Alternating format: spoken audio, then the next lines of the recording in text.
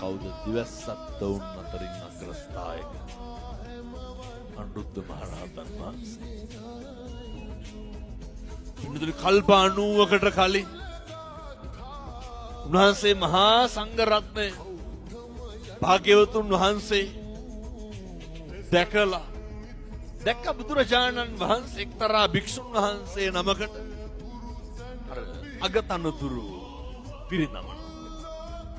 මේක දැකලා මේ අනුරුද්ධ හාමුදුරුවෝ ආත්මය තුල ප්‍රාර්ථනාවක් කරනවා. කවදා හරි මට බුදුරජාණන් වහන්සේ නමක් ඉදිරියේ අගතනතුරු ලබන්න ඕනේ. ප්‍රාර්ථනා කරන